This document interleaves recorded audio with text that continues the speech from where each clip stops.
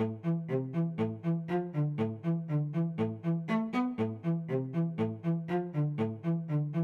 I first heard about Bitcoin, it seemed just like this very stupid magic internet money. I didn't really think it was very impressive at all. And I kept reading, and within a couple hours, I became absolutely hooked. Was skeptical at first, didn't think it could possibly work, but have the skills to actually go in and look at it and convince myself that technically it was correct, that it could actually work. It was just an experiment to begin with, but I could see the potential with it. It's a fundamental innovation. That's how I think of it. Bitcoin is the most important invention, at least since the internet. Ask yourself, which is more important in your life, money or email? And I think most people will say money, so this is bigger than email. It's just incredibly novel and interesting solution to problems.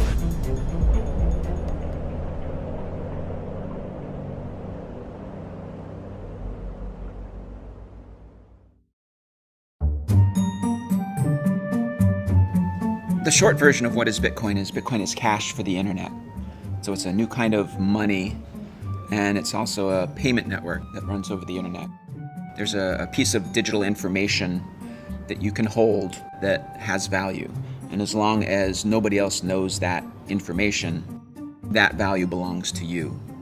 This sort of technology was developed independently a few times. I think the NSA developed it in the 70s, and then academic cryptographers started putting this out later in the 90s. And it's called public key cryptography. Now, we now rely on that technology every time your phone talks to your bank, or even over maybe SMS sometimes. I mean, this is just embedded in the internet and how we talk. Bitcoin was invented by Satoshi Nakamoto. As far as I know, no one has actually met Satoshi. No one knows who he or she or they are.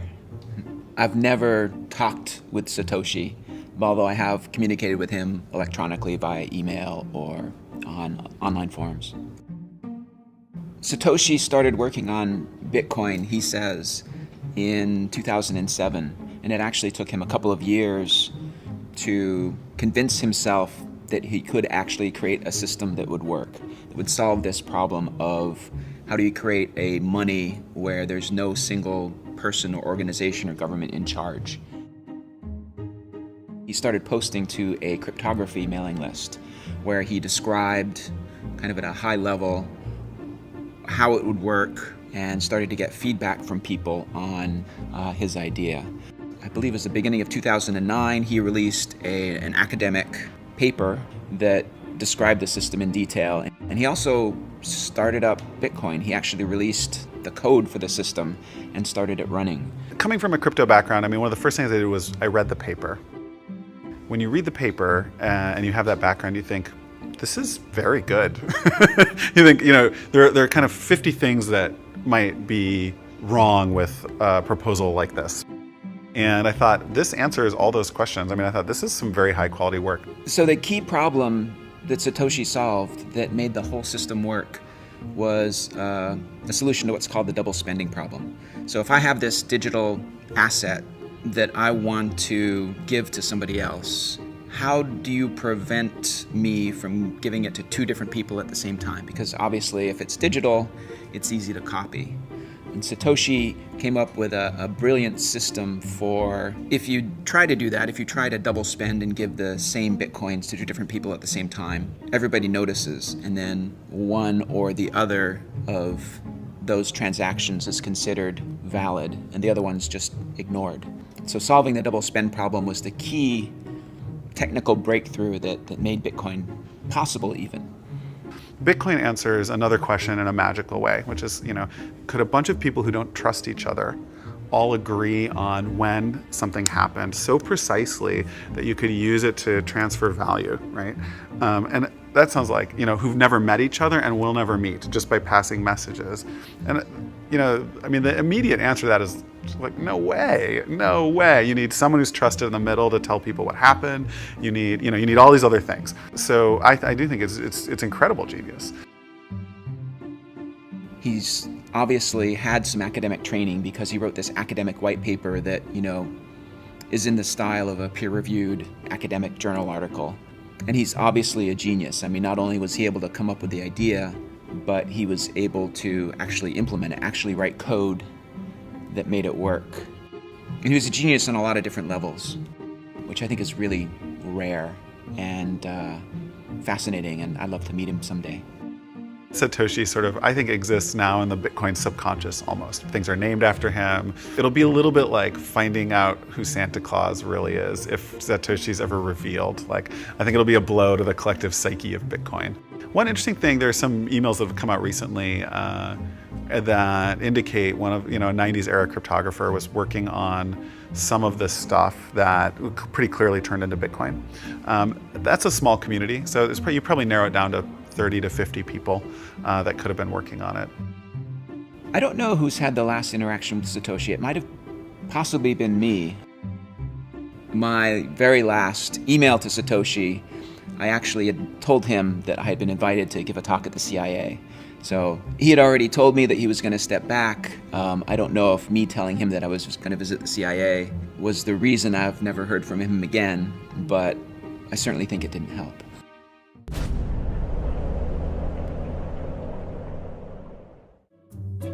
Satoshi brilliantly designed the incentives so you don't need to pay anybody to, make sure that all transactions are valid because they get paid by the system itself. The reward for doing the work of processing transactions and making sure that there are no double spends is tied into the creation of new Bitcoins. So the people who are being awarded new Bitcoins are the same people who are making sure that double spends don't happen. So that's the way new Bitcoins come into existence, is you have these people who are validating the Bitcoin transactions, who are called Bitcoin miners, for the work of validating transactions and making sure that nobody cheats. They're awarded new Bitcoins. But then you need a way to limit the money supply because, validating the transactions is pretty quick. So there's actually a process called proof of work where the miners have to run this algorithm that takes a lot of CPU time. You can think of it like pulling lottery tickets. So all of the miners on the network are all, they all validate the transactions, and then they're all kind of participating in this lottery to see who will be awarded Bitcoins. And on average, every 10 minutes, somebody somewhere on the network is awarded new Bitcoins. There are fundamental promises made by the Bitcoin network about supply. And the supply function's too complex to say out in words, but what you could think of is like every 4 years, about half the remaining Bitcoins are given out, okay? So for the first 4 years, every 10 minutes, 50 were given out. Next 4 years, 25, and then next, and so on. So eventually that kind of trails off, and in the year 2140, no more will be issued. And that's how we know there will only ever be 21 million Bitcoins created, because if you do the math, that series works out to 21 million. 1/100 millionth of a Bitcoin is the smallest Bitcoin unit, which the Bitcoin community has dubbed the Satoshi in honor of the creator.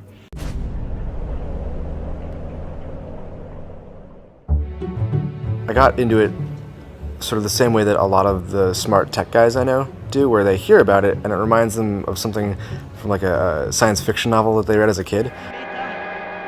Noch 10 Zentimeter und da hat sie aufgesetzt. You're like, oh, that's cool, but it can't exist. And then you go and you read the white paper and you're like, that makes sense. And then you look at the source code and try to find how you can break it, and you can't, right? And and then you're like, this is a real thing now. And so I've been following it, and I sort of as a hobbyist was mining just on my computer when I wasn't using it for anything else. I'm not a Bitcoin miner. I actually have, in the past, created a few Bitcoins. I ran the Bitcoin software on my laptop computer way back in, May of 2010, when not too many people knew about Bitcoin, and it was actually possible to create Bitcoins on an ordinary laptop computer. But when I did the math, I found out that, I was paying more in electricity to create the Bitcoins than the Bitcoins were worth. And so it made more sense, if I wanted to have some Bitcoins, to just buy them from somebody else, maybe somebody who lived in a place that had less expensive electricity than me. Okay, so there's a lot of altruism in the system. Very, very first miners wanted to help. Great, they think it's cool. They just think it's cool, whatever. You do a lot of things because you think they're cool. As soon as there's an exchange rate, miners are saying, like as I did in 2010, I have a lot of computers sitting around.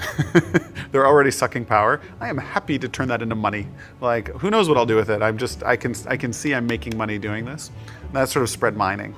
In 2010, you could mine with your home computer and make decent amount of Bitcoins, which today would be worth a lot. At the time, they weren't.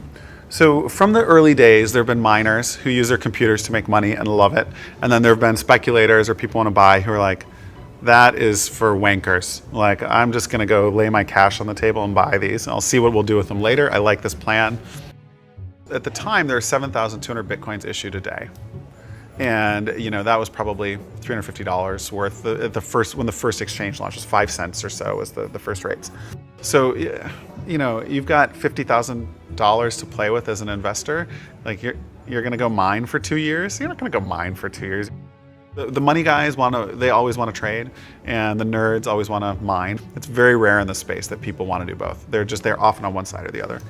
Bitcoin puzzles a lot of economists who would not have predicted that you'd be able to start from something that has no intrinsic value. I mean, there's zero value in the bits of data on your disk, and yet has managed to bootstrap itself into arguably the world's most valuable currency. And how that happened, I think, is a really interesting study in economics. You might need to make some economists rethink their ideas about money. It took some early adopters with enough faith to actually spend real money to purchase some Bitcoins to start to give it a value.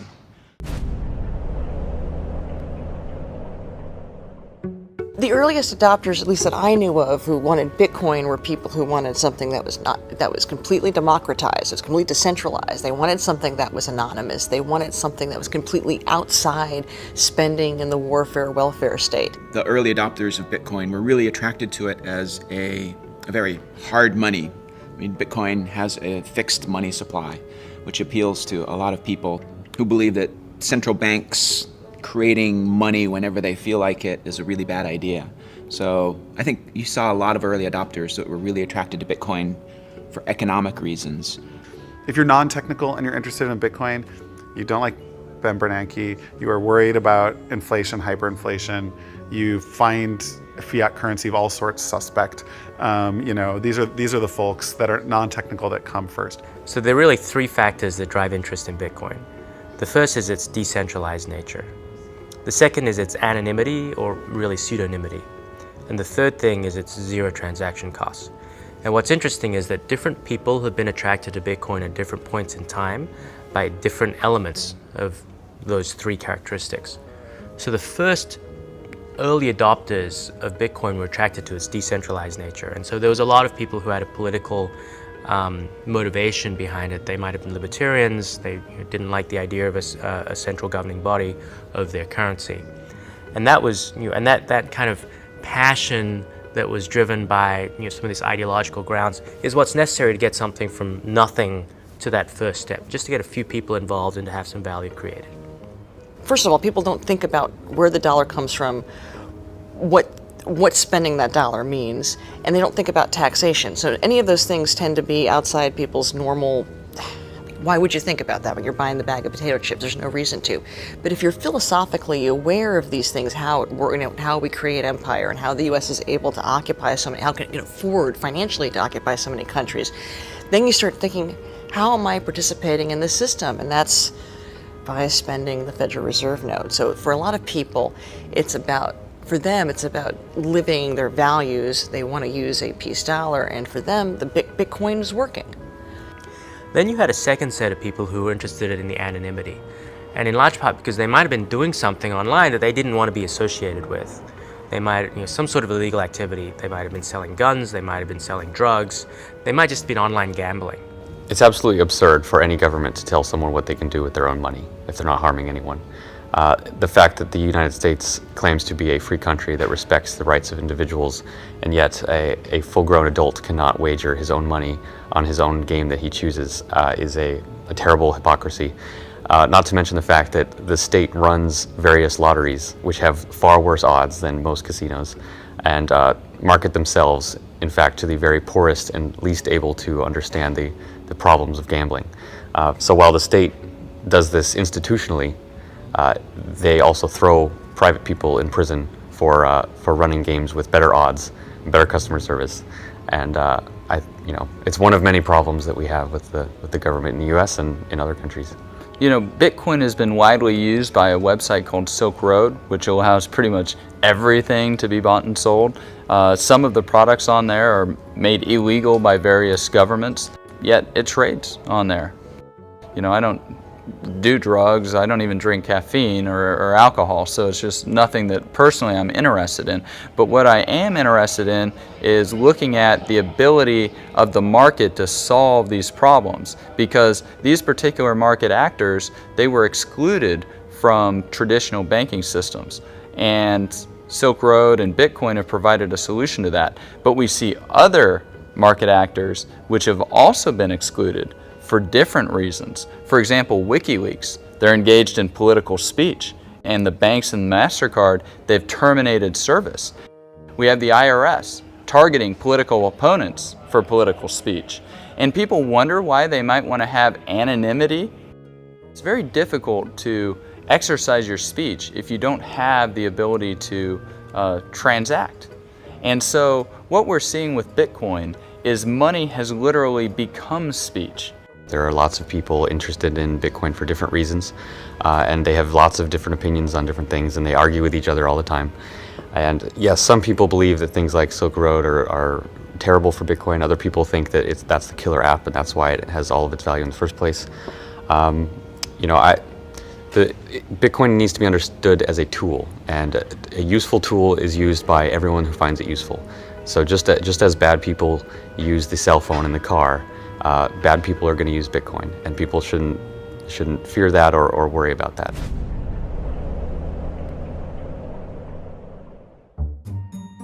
Now, the trouble with both of those groups of people is that they're just not that large. There aren't that many people who are passionate enough about their politics that they will adopt a new currency.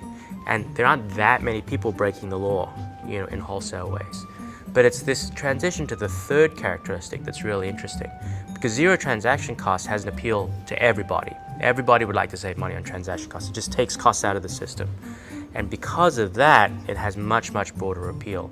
But what's interesting is that, and that's why I'm interested, right? That's why I'm interested in it. I think that, you know, you've got an opportunity to revolutionize financial services, tens of billions, hundreds of billions of market cap at risk.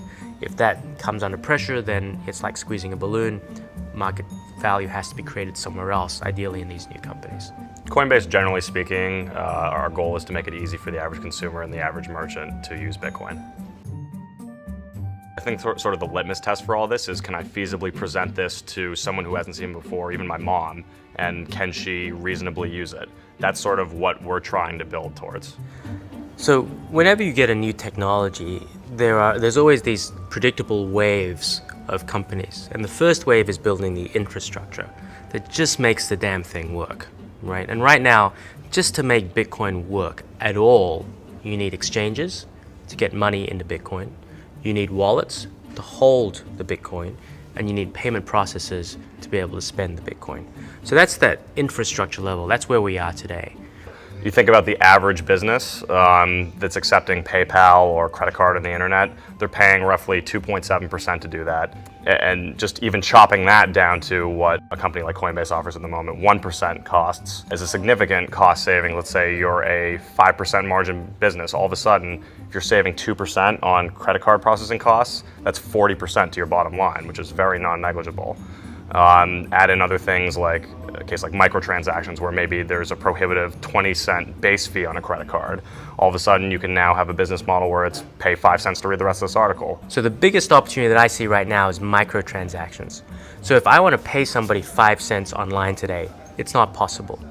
Because in a card not present transaction, if I'm trying to use my credit card, which I'm inevitably doing online, there's no other way, I can't pay cash, can't jam it into the computer, there's a minimum of a 30-cent charge plus 2% of the transaction. So if I'm trying to charge you 5 cents and it's going to cost me 30 cents to do it, I can't do it. So if you remember the earthquake in Haiti a little while ago, Red Cross had this great campaign. You could text to send $1. That was a one-off thing. You haven't seen that again. And the reason was because in that one instance, everybody waived their fees.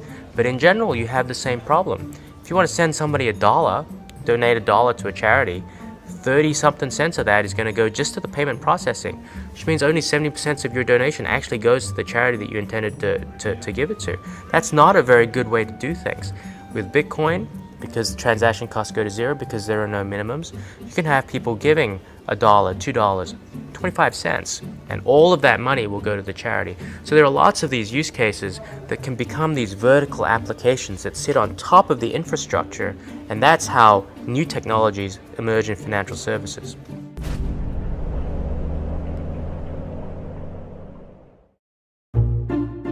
In the Bitcoin community, there's a bit of a tension between people who pine for the good old days of Bitcoin kind of being the bad boy of currency to people who think that we need to grow up and engage with regulators and banks and the traditional finance system more. Bitcoin definitely needs to shy away and move away from a lot of the original use cases that I think the media likes to tout, i.e. drugs or whatever else it may be. And for it to really flourish, the average sort of business needs to realize the great payment efficiencies that Bitcoin can bring. And ultimately, when a day of reckoning comes in Washington, where somebody has done something bad with Bitcoin, I think it's going to be our job as a community to sort of pull on this pool of goodwill that's been built in all these businesses who are now saving, say, 2% on their bottom line, maybe in a much larger percentage as a percentage of their net profit, and say, hey, we need Bitcoin to survive. This is actually creating real economic good. So I think for Bitcoin to become really big and for venture capitalists to start to invest, we have to believe that companies are going to embrace the regulation and accept it and comply with it. That's going to mean that anonymity is going to have to go, at least for transactions over a certain size, that there's likely to be some level of centralization, or at least these trusted counterparties emerging. So I know we have a very strong libertarian base in the Bitcoin community right now, and they're very ideologically driven. But as VCs come in and invest and bigger companies grow up, you're going to see that fade. And I think that's good because, it's not an accessible worldview for most people. And it's really not the most transformative part. The most transformative part of Bitcoin is the economic liberty it gives to people around the world. VCs are not the only source of capital, especially in the Bitcoin market. You have lots of people with lots of money who have very well aligned objectives with Bitcoin, and they can fund whatever they wish. I would say that in order for Bitcoin to go mainstream, regulation is necessary, because in order for the average consumer to feasibly feel like they can use it, they want to feel safe in some way. And part of that is understanding Bitcoin. Part of it is around federal entities. Not necessarily that Bitcoin needs a federal entity to become legitimate, but it certainly provides that sort of additional stamp of approval that would get people more comfortable with it. In America, you got to live by American regulation, or whatever jurisdiction you happen to live in. And so what we're seeing is a set of entrepreneurs who are just saying, well, look, if those are the ground rules, then we will comply with them, because the opportunity that we create by compliance is sufficiently big that the costs of compliance are worth it. And we're not actually giving up that much. Because you know what? If you guys over at FinCEN want to stop money laundering, you know what? I'm not going to make money out of money laundering. That's not my objective. I want to make money out of a whole set of legitimate use cases which are far, far bigger. And so in each case, if you can understand the objective of the regulator and you can then comply, there may be some additional costs involved, there may be some additional time involved, but it allows you to go after a much, much bigger market. Anything that has to do with money, the United States government is going to try to regulate it. You can't ask a lion not to tear up its prey. That's what the United States government does to the consumer, to the citizen, to the human being, is, literally steal and tear from it. So it's inevitable that, they're going to try to regulate Bitcoin. I think it is false to believe that the winners in the Bitcoin economy are going to be based in America. And the reason is that America has one of the most oppressive financial regulatory schemes of much of the world. And so trying to run a financial company when other people can move their businesses to more hospitable jurisdictions, and because Bitcoin works all over the world, so a company can set up anywhere and service its customers in any other part of the world, a company would be hamstringing itself to set up in the US. Now, indeed, a lot of them do and are, because it's easier to raise venture capital in the beginning stages. But those companies are going to run into heavy problems when the government starts to realize that Bitcoin is actually an existential threat to its own money, and it's not going to put up with people in its own borders, perpetuating that. I tend to be on the side of the people who think that we need to engage, with banks and regulators and traditional systems. Maybe I'm a little more conservative. But I think there's a lot we can learn from kind of the traditional money system. I think there's a lot they can learn from us also. But there's hundreds of years of experience of banks keeping people's money safe, and I think that's really important for Bitcoin. Consumers will be able to go to a business and say like, yep, okay, it's like accredited by a Bitcoin Foundation, like it matches certain like standards for our industry, and yes, their licenses are in order, and therefore I don't worry about Homeland Security seizing all the funds in these accounts. Like, I'm happy. So consumers will like that. Most consumers, not old-time crypto anarchists, they will hate that and they'll do their own thing, and that's totally fine. But the vast bulk of people who use these businesses will benefit from that. The community that has brought Bitcoin from nothing to where it is today has a different set of ideals than the people who are starting to come into Bitcoin now and saying, well, to take it to the mainstream, this is what's going to be needed. And so you're seeing some clash of ideas and some clash of ideals. People with money tend to want to protect their money, and the biggest danger to many people's money is that the government will seize it. Why would the government seize it? If it believes that you've done something against its wishes. So it's no surprise that venture capital companies and wealthy people tend to, at least on the surface, be very pro-regulation, because they do not want to engender harm by becoming a target of the government. I'm pro-regulation. I think it's an opportunity. So I have investors who invest only in pre-regulated financial companies, and they've built them themselves. And part of the playbook is get regulated in a good way, in a way that's good for everyone, that's good for the space. So should wallet providers be able to act functionally as banks without any oversight or regulation? No, they should not. Now, fundamental to Bitcoin is like, if you want to choose to do that, fine. No one will be able to stop you at a small scale. And if individuals want to choose to put their money with whomever they want, that's great. I don't mind that. But when you have, but we can't have like large scale poor business practices that could impact the whole community. I'm not into that. And I think regulation is part of that story. People they're saying this is a real future. So that instinct that they have to want to do something that ridiculous is regulate the currency suggests that people know that this is here to stay and that there's big money. But as in people, and there's been a lot of debate about this among anarchists, and I see this debating this back and forth yesterday on Twitter, is that one of the points of Bitcoin is that it's not regulated, it's not centralized, and it can be completely anonymous. People don't have to know what you're doing in your most intimate areas of your life if you can use Bitcoin. The regulation that a lot of these people are welcoming, of course, it's going to dampen a lot of the enthusiasm about Bitcoin and could potentially hurt it. Coming from this with personal sentiments as a crypto anarchist, Bitcoin's just amazingly awesome because it massively changes the rules of the game. Anyone can send any amount of money to anyone, anywhere, at any time. Can't be seized or confiscated or frozen in any way. But I also realize that no great amount of wealth is going to be created except with the permission of the government. And along that role, as an investor, venture capitalist type, I have a fiduciary duty.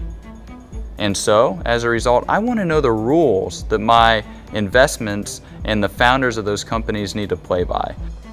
Because now I know that my founder can act in a certain way and he's not going to end up in jail, and the investment's not going to get seized in the company, and that's not going to hurt my investment. So it is kind of paradoxical in a way, but I think overall it's going to help legitimize Bitcoin and bring it into much more mainstream transactions. Companies that are involved in Bitcoin can be regulated, but the underlying core system, the technology, is beyond the reach of any regulatory scheme, just by nature of it being based on cryptography and mathematics and peer-to-peer networks. So it's really, there's nothing much that a government can do except to try not to cause more damage. We'll see how this plays out. It's going to be very interesting. It doesn't matter whether the government wants to regulate it or not. Ultimately, there'll be another form of Bitcoin or something else the next day. It makes no difference. This is something they can't control, and it's the future. Why fight it?